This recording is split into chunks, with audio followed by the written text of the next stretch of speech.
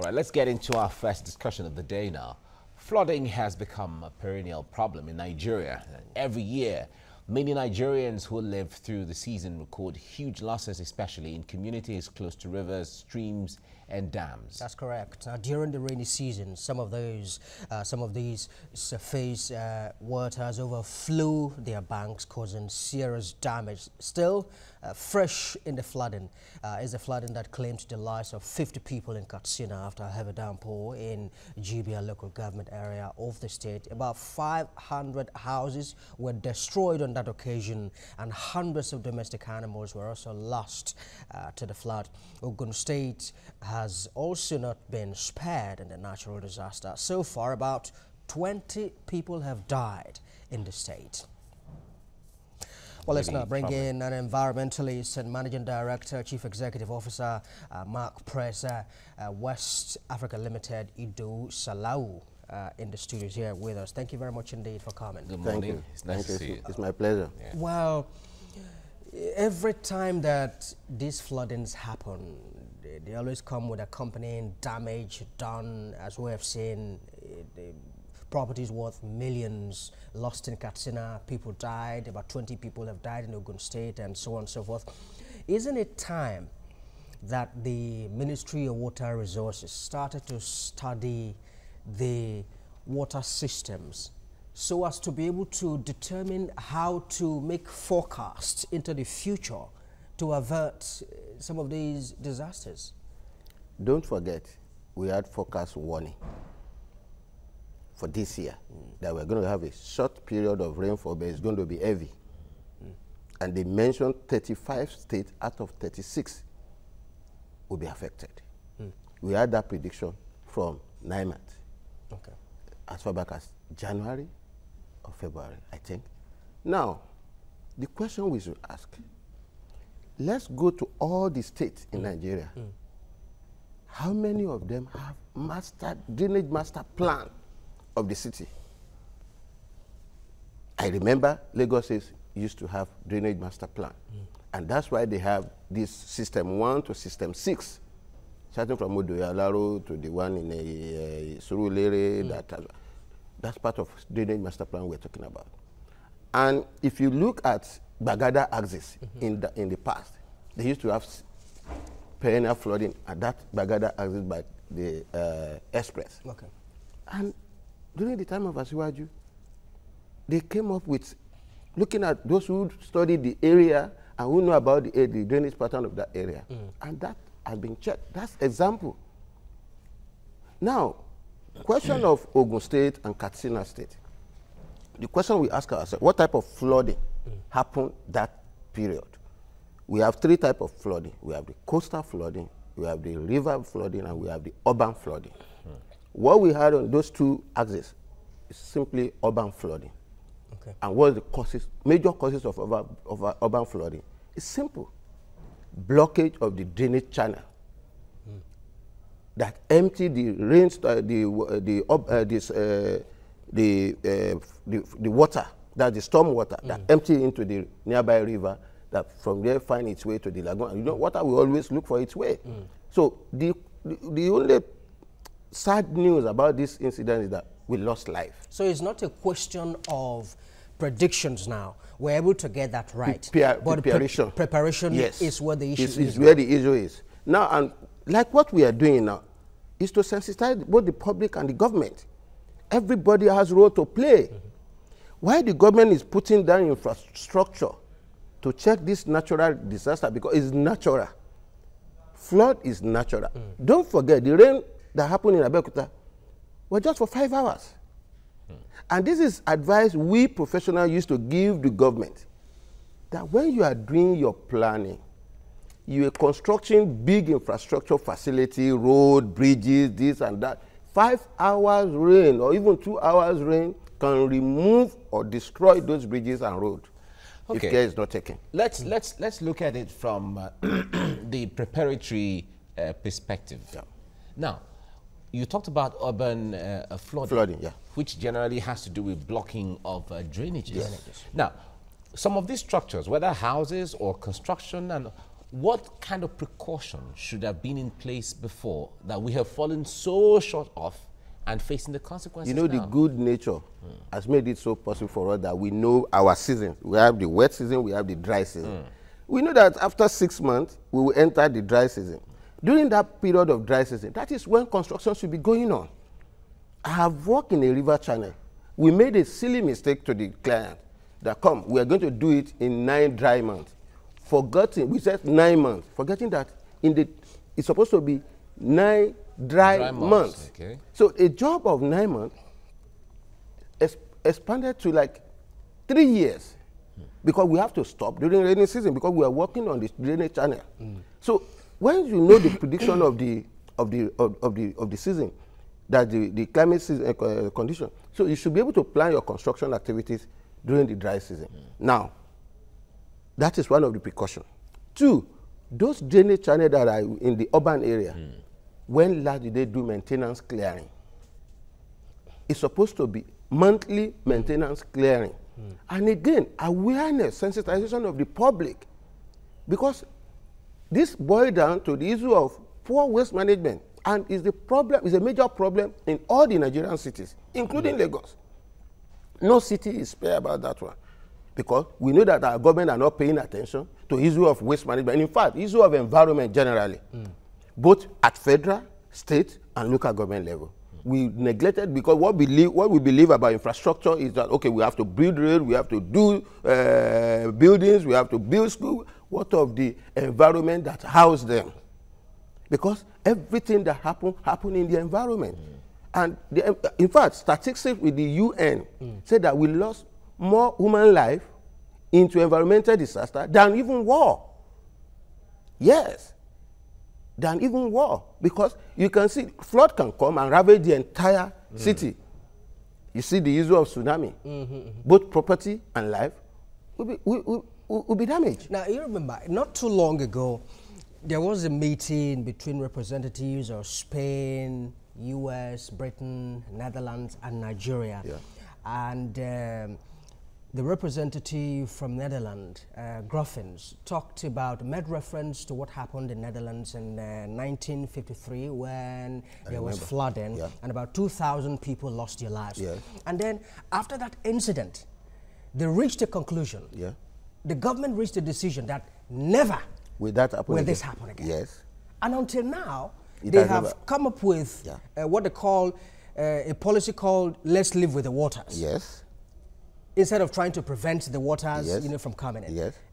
And you want to ask, how long shall we witness this before the government takes a decision, a drastic decision like that? Okay. Let me now give you part of their infrastructural activity that they do. Because when you want to check, you cannot stop flood from happening. It's a natural disaster. Absolutely. But you must be able to prevent and control it. You understand what I'm saying? So part of the prevention measure is what they have put in place. They determine, they have the political will to put it in place. Okay, now that's what we call dike. Yeah. And that's what we call flood gauge. These are measures that you put to check backflow of ocean from coming into the city. And you know Amsterdam or the entire is well below above the sea level. Now, like Lagos, some part of Lagos is just about 50 meters above sea level. That's Lekki. When you come to Surulere, maybe about 100 or 150. Then Ikeja, Maryland area, that's about 270 or 300 above sea level. Now, we are lucky to have that. But Lekki people are not as lucky as the mainland people. Any little mistake, if we have ocean flooding from Lekki, and that was what happened 2 years ago, when the entire Ahmadu Bello, the entire Lekki Express Road, that is ocean flooding. It's different from urban flooding and river flooding. Because you have and that one is due to climate change. Because there is rise in temperature and the highs are melting and the river tide is high. It's higher than before. Then when you now have heavy rainfall, the water from the city will not be able to flow inward to the ocean. So you now have a backflow. That's exactly what happened. So we have two flooding systems occurring at the same time. So, and that's why the state government need to put in place the urgent measure. Look at what happened in New York about 4 years ago when the entire subway was submerged. What did they do? I remember the New Orleans experience. The New Orleans experience. They spent billions of dollars of public taxpayers' money to check this problem. In the case of Nigeria, you have cited what happened in Netherlands and even in New Orleans and New York and all of that. If we put Nigeria in that same platform, does Nigeria have what it takes when it comes to finances, when it comes to skill, when it comes to capacity to handle that kind of situation, to decide that never again will this happen? Me and you know, let us be frank, we don't have that capacity. I think the capacity we have is just to put palliative. And that will not solve the problem. I remember in 2012, about 12 states, including Lagos, had this incidence of flooding. Experience when the only thing we had that the government did was to classify those states category A, B, C, and they were giving money to go and give to the victim. Since then, how many of the states got? Because I remember I was on air and I said they should go and carry out post-impact assessment study of those flood-impacted areas. And when you do that, you'll be able to know the cost, because the study will be able to give you what happened around that period. Was the current water high? Where is the tide water coming from? Was the conveying capacity of the flood and drainage infrastructure facility in town was able to contain the excess water? Then you will be able to know, okay, we have to expand this water. We have to build shoreline protection on the river that overflow. We have to do we have to dredge the river. These are infrastructural facilities we're supposed to put in place. When last did they dredge lagoon? Because most of the system in Lagos empty into the lagoon and from the lagoon to the ocean. Now, the last time they dredged the lagoon, I don't know, apart from the pocket commercial dredging that is going on. Maintenance dredging. Why has Lagos not been able to explore water transportation? They should know by now that the entire lagoon is silted up. You understand? And what do you have there? Instead of sand, you now have solid material, solid waste material, plastic and everything like that, because of poor waste management. And that's why all environmental program and infrastructure, they are interwoven. You cannot solve one and leave one. If you say you do drainage clearing, you did not do, you put in place effective solid waste management, you still have most of your waste going back to the drainage. Especially when it rains.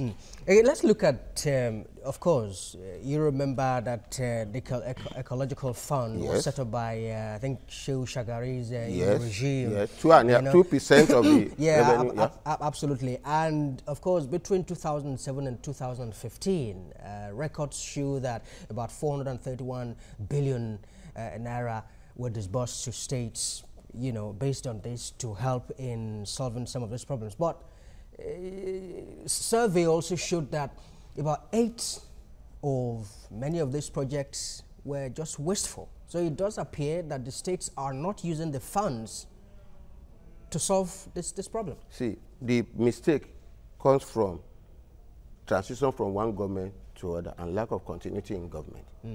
I remember vividly, I was part of technical committee on National Committee on Ecological Problems as a private sector. 2001, 2002, 2003, as a consultant to Federal Ministry of Environment. We always go all over the country identifying environmental and ecological problems affecting states. And we will present this in our capacity as private sector consultant to the ministry, to the government. That time, they used to have a large committee of technocrats, because that fund is an intervention fund. Is to, like what happened to Ogun State now, Ogun State cannot carry the burden alone. They should try by now be doing their technical report and approach the federal government. That's why there is that intervention. What we have now in the bureaucracy of that accessing that fund. Don't forget, the moment that money is being syndicated into where it's supposed to be, the federal government has their own shares, about 50-something%. Local government have their own share, state government have their own share. Federal government will keep their own share and said we can use our money at any part of the country because that's our responsibility. But the state government, their own, instead of them to set it aside, because it's been given to them through the monthly revenue allocation. But you can still approach the federal government as part of their own gesture, because the federal government control the entire, so it's their own. They have the policy. It's federal government money. They can take any part of it. So they're now using politics to access the fund. And that is what we are talking. By now, Ogun State should have approached the federal government with their own technical report, feasibility study, effect of that flood, and what really happened in Ogun or in Abeokuta was the Sokori River that could not convey the capacity of the enormous water that came from the rain. Now, that Sokori River to ask attendance tributary that's joined it. And that's why area along that, Olonsogo, Lantoro, Lafenwa, all those areas, and government house section are heavily impacted because these are areas that has proximity to the Sokori River. Now, if the government now want to do anything, they should go and look at their town planning law. Those who have